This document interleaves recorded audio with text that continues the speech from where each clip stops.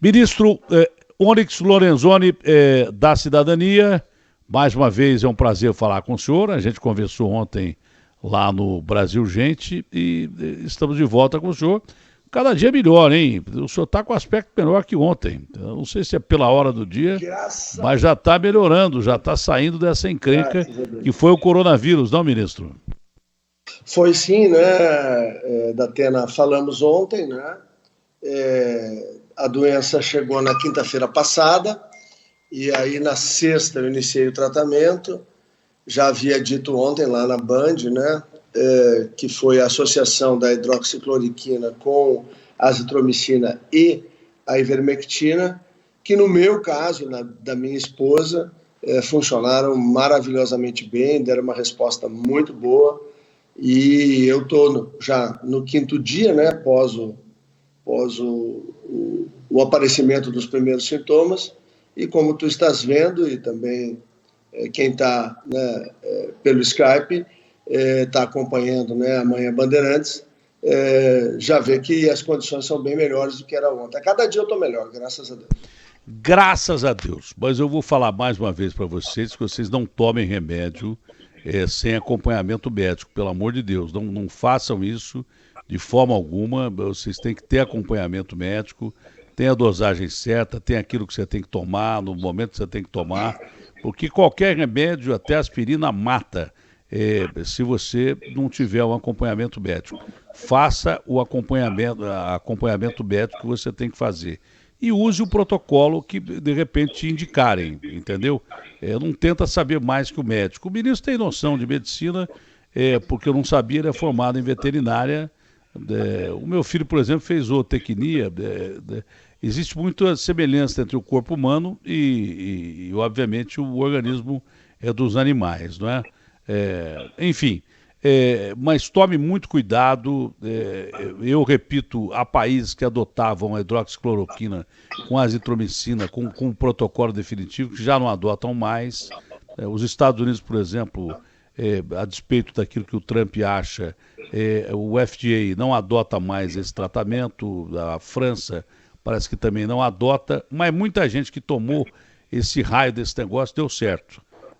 Tem inclusive um caso na minha família, do irmão da minha nora, que tomou e ficou bom em 2 dias. Agora, não há comprovação científica ainda de que esse seja o remédio para combater a Covid-19. É bom dizer isso. Então, se alguém te indicar e você achar que tem que tomar, você faça o que acha que tem que fazer, entendeu? Mas o caso do ministro pode não ser o seu caso, pode dar certo para um e não dar certo para outro. Diga, ministro. O que ocorre, né? Na fase inicial da doença, usando precocemente com acompanhamento médico, o que ocorre? Mais de 80% dos casos não evoluem. É por isso que é importante. E é por isso que um testemunho como o meu é importante. Porque eu acompanhei, eu senti, né, a doença, é perceptível a ação do medicamento nesses quadros iniciais, sem complicações, sem comorbidades e sobre, como tu corretamente dissesse, orientação médica. Agora, isso é uma escolha do médico e do paciente. A única coisa que eu estou fazendo aqui é só poder, como esse assunto acabou tendo uma politização indevida, porque qual é o problema? A maioria dos medicamentos que nós usamos, na maioria das enfermidades, não tem comprovação científica. O senhor já disse isso ontem. O senhor já colocou isso ontem. Então, o que acontece? É a experiência e as evidências, né? Então, nesse sentido, é apenas uma contribuição e um testemunho. Qualquer tratamento que vai ser feito no organismo da gente, ele é um acordo entre o médico e o paciente, né? Não, tá claro, porque tem muito remédio que foi pesquisado para uma coisa e serve para outra. O cara foi pesquisar, grosso modo, para você entender melhor, o Viagra, que todo mundo conhece, não é? Ele surgiu de uma pesquisa para remédio para fazer crescer cabelo. Então, a maioria dos remédios é descoberta dessa forma. Às vezes o efeito colateral do remédio é a cura para outras doenças, tem esse detalhe, mas como todo remédio tem efeito colateral, então você procure o seu médico e siga o protocolo do seu médico. Ajuste Tem um grande médico aqui de São Paulo, com quem eu conversei, quero deixar bem claro, não é o Davi Wippe, mas um grande médico com quem eu conversei aqui, que eu perguntei para ele, doutor, o senhor tomou a hidroxicloroquina? Ele falou assim, eu tomei a hidroxicloroquina e um monte de coisa que me deram, porque eu sou médico, mas eu estava lá como paciente. E o que eu tomei, eu não sei o que fez efeito. Hidroxicloroquina eu também tomei. Mas eu tomei outras coisas também, porque você tem que tomar anticoagulante, isso está na fase de internação, isso está na fase do cara que já vai para semi-intensiva ou para UTI. Ele falou, eu tomei tudo que tinha direito, porque senão eu ia morrer. E o que deu certo, entre os remédios que ele tomou, foi a hidroxicloroquina. Mas não tem comprovação científica, é aquilo que o ministro disse. Ô, Datena, para tu teres uma ideia, eu já trabalhei agora de manhã, né? Eu fiz uma audiência com os prefeitos do Vale do Taquari, lá no Rio Grande do Sul. É uma região que fica mais ou menos a uns 120, 130 quilômetros de Porto Alegre. O Vale do Taquari é uma região de colonização alemã, preponderantemente, também tem italianos, mas é uma zona muito produtiva lá, muito rica, uma região de gente muito trabalhadora. E lá houve agora há pouco um ciclone bomba lá, né? Que inundou toda a região. Já tem 10 dias, né? Sei, aquele ciclone bomba. Isso, inundou toda a região, destruiu casa, as pessoas estão com muitas necessidades. E os prefeitos vieram a Brasília, claro, em busca de consolidar lá os decretos de calamidade e buscar ajuda, né? Mas aí no meio da conversa, eu acabei falando da minha doença, todos sabiam, né? E aí o prefeito de Lajeado diz que usou, desde junho, ele está usando um protocolo, ele tem um presídio na cidade que tem 300 presos, e ele teve 70 casos de Covid no presídio. E ele usou esse mesmo protocolo que a gente usou, claro, com os médicos lá do presídio, e resultado, apenas um desses pacientes teve que ter atendimento médico. Eu acho que isso é um número importante também, né? Eles usaram exatamente o mesmo protocolo que eu usei, 70 e poucos casos, 76, eu não quero errar o número, se não me falha a memória, e apenas um teve que ir para o hospital. Os outros todos resolveram dentro do próprio presídio, não precisaram ir para o hospital. Então, é nessa linha que essa alternativa tem que ser vista como uma alternativa, e é uma decisão do paciente junto com o seu médico. O senhor é sempre muito ponderado e coloca muito bem as coisas. Agora, desse presídio, eu tiro uma outra conotação. São 70 caras que ficaram contaminados dentro do presídio. Nenhum precisou ir para o hospital. Se precisasse, ia para o hospital e depois voltava para a cadeia. Eu queria saber por que o GEDEL, que foi pego com 51 milhões de dinheiro público, que pagaria não sei quanto em auxílio emergencial, voltou para a casa dele porque foi diagnosticado pela primeira vez com Covid e a segunda não. Por que ele não está na cadeia ao invés de estar comendo pizza na casa dele? Então isso também chega a ser injusto. Mas é outro problema, um problema que a gente tem no Brasil faz tempo. O tal de Abdel Maci tem 176 anos de cadeia a cumprir por violentar mulheres e está em casa porque tem risco de Covid.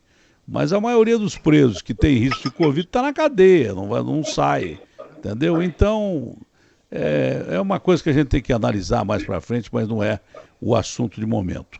Ministro, ontem de manhã a gente conversava com o ministro da CGU e ele dizia que a quantidade de fraudes no sistema do auxílio emergencial não era tão grande, mas à tarde a Caixa suspendeu milhares aí de contas, milhares de pagamentos, e isso tudo voltou, parece que para análise, para saber o que é fraude, o que não é fraude, o que é erro, o que não é erro.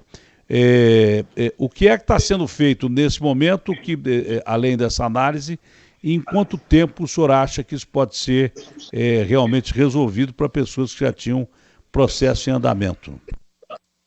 Bom, na verdade, essa suspensão da Caixa foi cumprindo uma determinação, né, dada pelo Ministério da Cidadania com base nas duas análises. Na análise sobre 30 milhões e 500 mil benefícios, aonde a Controladoria Geral da União, coordenada brilhantemente pelo ministro Wagner Rosário, que tu entrevistou, encontrou 160 mil casos de desconformidade. E depois, em 50 milhões e 200 mil benefícios concedidos, o Tribunal de Contas da União encontrou 600 mil, mas desses 600 mil, 220 mil nós já tínhamos bloqueado, que eram oriundos do benefício emergencial, porque o benefício emergencial começou um mês depois do auxílio emergencial. Então, como as pessoas se encaixavam no outro programa, foi suspenso após o primeiro pagamento, e o primeiro pagamento era válido, porque não existia ainda o benefício emergencial. Depois nós restaram então 380 mil.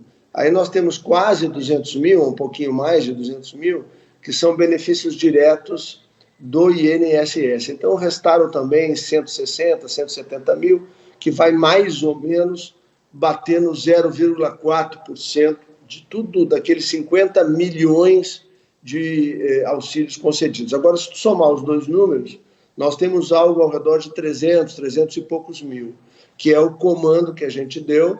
A Caixa fez o bloqueio. E o que acontece? Nós criamos uma esteira interna de reanálise, de contestação, uma esteira que busca o combate à fraude, que é coordenado por um delegado de Polícia Federal, o delegado Marcos Paulo, que coordena a equipe, que tem uma força-tarefa para fazer isso, porque a gente quer fazer isso o mais rapidamente possível. Primeiro, para separar o joio do trigo e permitir que aquelas pessoas que verdadeiramente têm apenas uma suspeita e que não se confirme, elas possam receber o seu auxílio emergencial e diferenciar daquelas que foram fraudes mesmo, né? Olha, o senhor pode confiar no remédio que o senhor está tomando aí, mas eu confio muito mais nas orações que as pessoas estão fazendo pelo senhor, porque o que tem de gente que agradece esse auxílio emergencial, o presidente Bolsonaro disse uma verdade absoluta. O auxílio é pequeno, é pouco, mas para quem não tem nada, vem numa hora muito boa, não é? Numa hora de desespero até, numa hora desesperadora, entendeu? Então tem muita gente que... O que tem de ouvinte já aqui, na Rádio Bandeirantes, do Brasil inteiro, desejando ao senhor melhoras e claro que fazendo perguntas, é um negócio muito bacana. Você sabe que eu sou um cara cristão, eu acredito muito nisso. Acho Também. que essa corrente positiva ajuda muito. É por isso que o senhor está com um aspecto cada vez melhor. Espero que a senhora também. Mas está estourando aqui de ouvinte ligando para cá. Agradecendo o auxílio emergencial. Obrigado. E eu quero dar um testemunho aqui. Está parecendo conversa evangélica, está parecendo culto. Não é culto, não. Mas eu quero dar um testemunho. Olha, os casos que a gente mandou para o Ministério da Cidadania, e foram milhares de casos, porque quando o ministro entra no Brasil, gente, estoura lá o nosso Facebook e até quebra o sistema, da maioria das vezes, mas os casos que podiam ser resolvidos e que eram factíveis de serem resolvidos, eles foram resolvidos. Então isso é muito importante a gente dizer. E as pessoas estão entrando aqui para falar toda hora. Tem novidade, ministro? O que a gente está preocupado de poder informar as pessoas é que essa esteira que o delegado Marcos Paulo está comandando lá, eles estão empenhados em fazer o mais rapidamente possível, exatamente para poder liberar, né, aquelas pessoas que é apenas uma suspeita às vezes, mas como foi identificado pelo órgão de controle, que é a CGU e que é o TCU, nós somos obrigados, né, Datena, a responder. E tem mais uma outra coisa que também é muito importante. Nós já temos 79 mil pessoas que já devolveram. Eu acho que esse é um número também importante de ser divulgado. São 72 milhões que já voltaram para os cofres públicos.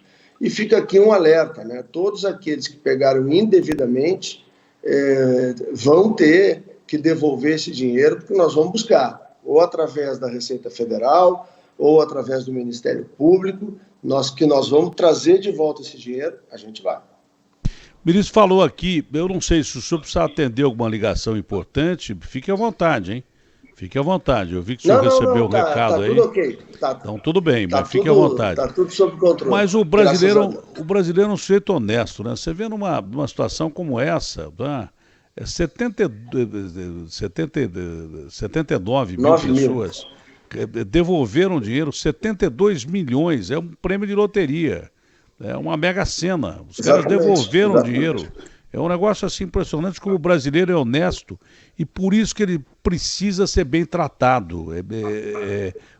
Pela honestidade do povo brasileiro, ele não merece outro tratamento que não um tratamento digno e justo. Um projeto que o senhor lutou muito e o presidente Bolsonaro tem lutado sobre o Renda Brasil.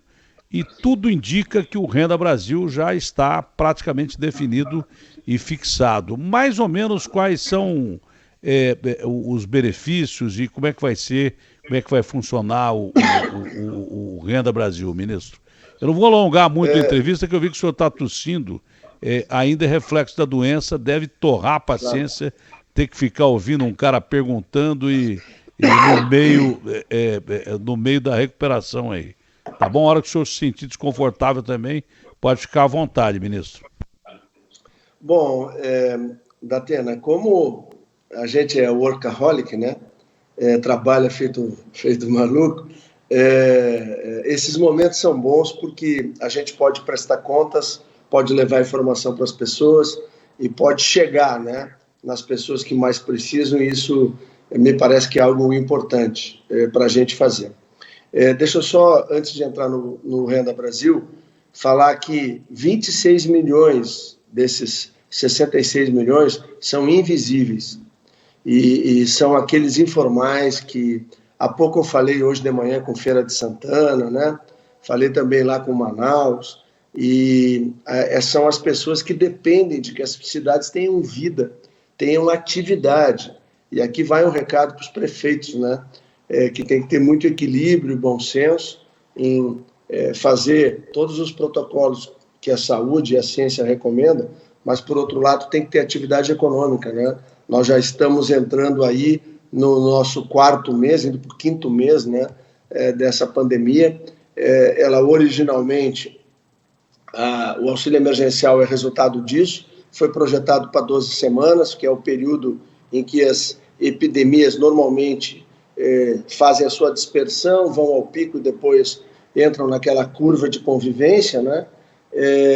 Alguns países vão a 14 semanas e o presidente Bolsonaro alongou, né, para 20 semanas o auxílio emergencial. Então, tu imagina alguém que vive de vender coisas na sinaleira, na saída ou na entrada do shopping, do supermercado, que sustenta a sua família assim, essa pessoa não está ganhando nada. Então, os R$600 fazem toda a diferença.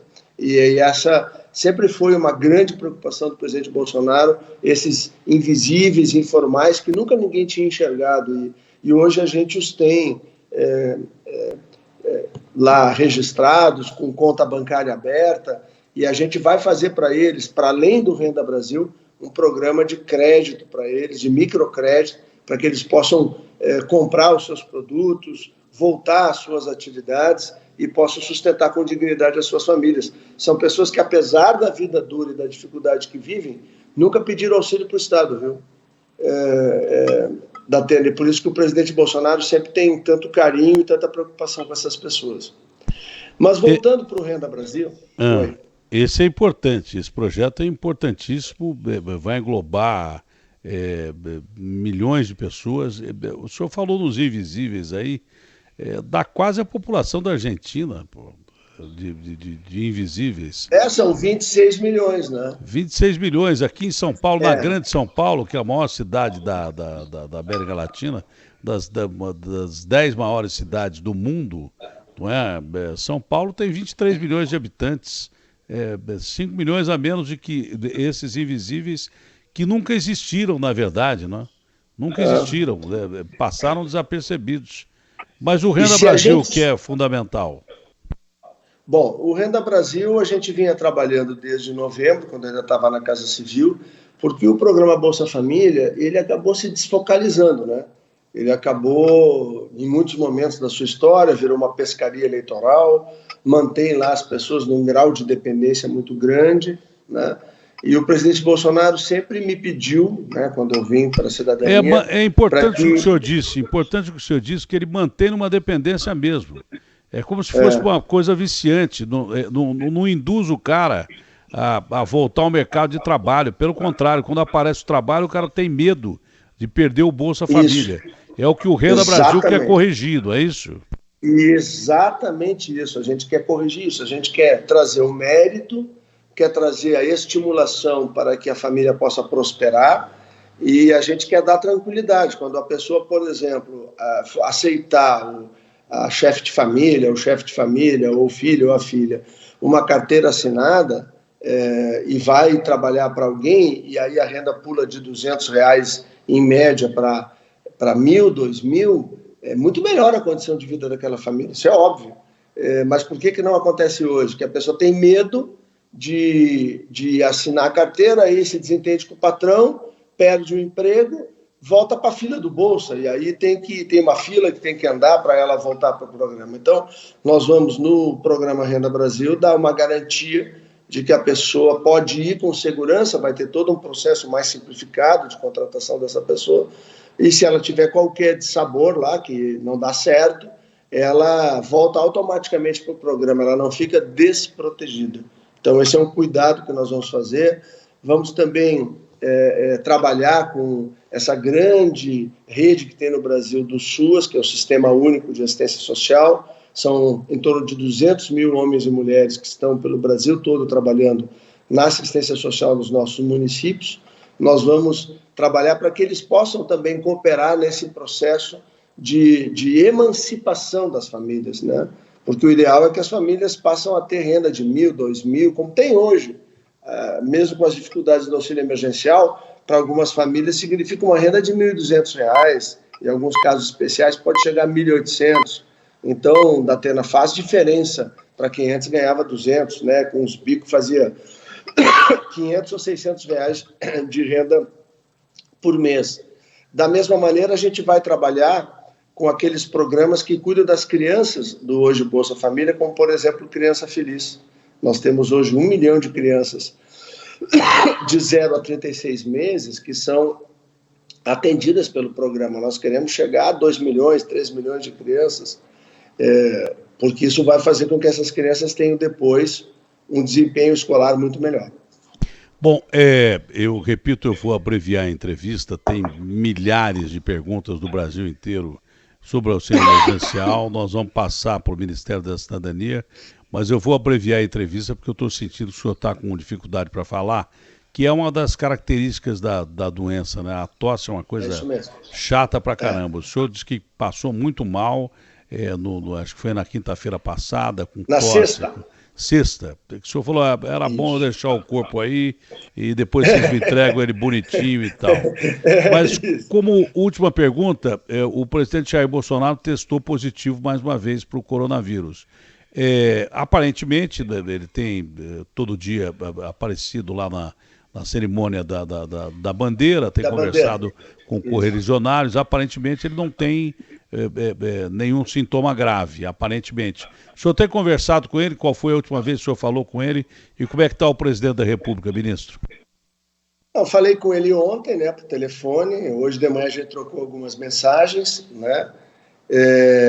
Ele está bem, muito bem, estava louco para voltar para trabalhar, ele disse, eu acho que vai dar negativo, eu já vou trabalhar amanhã. Aí eu disse, bom, eu agora tenho que aguardar, né? E, na verdade, ele já venceu essa etapa que eu estou, que é a etapa da recuperação, e vai ter que aguardar, né? Negativar para ele poder trabalhar, porque nessa circunstância, quando dá positivo, a gente está ainda com possibilidade, né? Uma possibilidade de transmitir, e a gente não pode transmitir para as outras pessoas, né? A gente tem que segurar essa bronca sozinho e tirar o vírus do organismo da gente, né? Para depois poder voltar ao convívio das pessoas. Pelo que eu vi, para terminar, já está respondida a minha pergunta, mas o seu ministério, né, à frente aí da Caixa, enfim, o sistema de pagamento do auxílio emergencial é fundamental, né? A sua participação é fundamental, da sua equipe é fundamental no pagamento do auxílio emergencial. Deixa eu dizer, o Barreto, Ah. o Barreto a gente acha que está com Covid também. Não diga. Passou bastante mal ontem, mas falei com ele há pouco, agora mas, eu me lembrei, né? Tô falando. Olha, e ele já está melhor hoje, já está tomando os remédios. Graças a Deus. Mas eu acho que seria quase que impossível o Barreto não estar com a doença se o senhor pegou. Porque o senhor deve viver mais tempo do lado do Barreto do que da sua senhora. Negativo, rapaz, negativo. Não é não? Não é não? Porque é impressionante que o Barreto, o senhor trabalha o dia inteiro. Todo dia que eu vejo o senhor está lá com o Barreto. Bom, mas enfim, espero que o Barreto saia dessa numa boa. O que eu ia perguntar agora fica dobrado, porque o Barreto é o seu braço direito ali, trabalha ao lado do senhor. Mas vocês mesmo com a Covid-19 continuam trabalhando e não vai haver solução de pagamento nas parcelas restantes do auxílio emergencial em momento nenhum, porque eu estou vendo que o senhor está nativo aí, o senhor não consegue ficar quieto, continua trabalhando, é isso? É isso. E o Barreto também por videoconferência, ele estava com febre ontem, fez uma videoconferência, agora de manhã já estava fazendo outra. Nós estamos preparando aí esses programas de saída, né, do auxílio emergencial. Nós publicamos, é bom falar aqui na rádio, o que eu falei ontem lá na TV. Na quinta-feira, antes de sair, eu ainda assinei a portaria 442, que está no site do Ministério, onde ela determina o pagamento de todo o auxílio emergencial até o final, viu, Datena? Então, se a pessoa quer saber direitinho, ela entra lá no site do Ministério, também está lá na Caixa, no site da Caixa, a portaria 442, e ela tem os anexos, né, 1, 2 e 3, e nos anexos está estipulado, por data de nascimento, todos os recebimentos de todo mundo, dos 66 milhões de pessoas até o final do programa. Já está tudo pronto lá. Bom, ministro, eu, como disse, tinha muita coisa a perguntar. Como disse, milhares de pessoas estão ligando do Brasil inteiro. Essa entrevista está sendo transmitida pelo site UOL, pelo site da Rede Bandeirantes, pela TV Band News, e milhares de pessoas estão querendo saber sobre os seus problemas particulares, sobre o seu auxílio emergencial. Cada um quer saber o seu, porque, é claro, quem tem problema quer receber, nada mais justo que isso. Eu digo a essas pessoas que eu vou abreviar a entrevista, porque o menino está doente, mesmo assim ele teve a gentileza de nos atender, e eu vou encaminhar, como fiz até hoje, todas as perguntas que chegam ao Ministério da Cidadania, e repito, os casos que eram factíveis de receber o auxílio emergencial, o Ministério da Cidadania resolveu. Muito obrigado ao senhor ministro, saúde à senhora, sua esposa, dê um abraço do Barreto e recuperação o mais rápido possível, que Deus, nosso Senhor, proteja o senhor e toda a família. Tá bom, ministro? Obrigado, Datena. A ti também, um abraço grande. E muito obrigado pelo carinho de sempre, em nome do presidente Bolsonaro, que a gente pode esclarecer as pessoas. Muito obrigado. Prazerão, vou mandando umas mensagens para saber como é que o senhor está. Só para isso, não vou te incomodar mais com a entrevista. Mas vou acompanhar a sua recuperação aí. Até o final da semana, se tiver alguma novidade, a gente volta sem problema nenhum. Tá bom. Se não tiver, eu vou acompanhando a sua recuperação aí. Um abraço grande da sua senhora também e do meu amigo Barreto. Obrigado. Abraço grande ao senhor, ministro. Felipe aí, viu?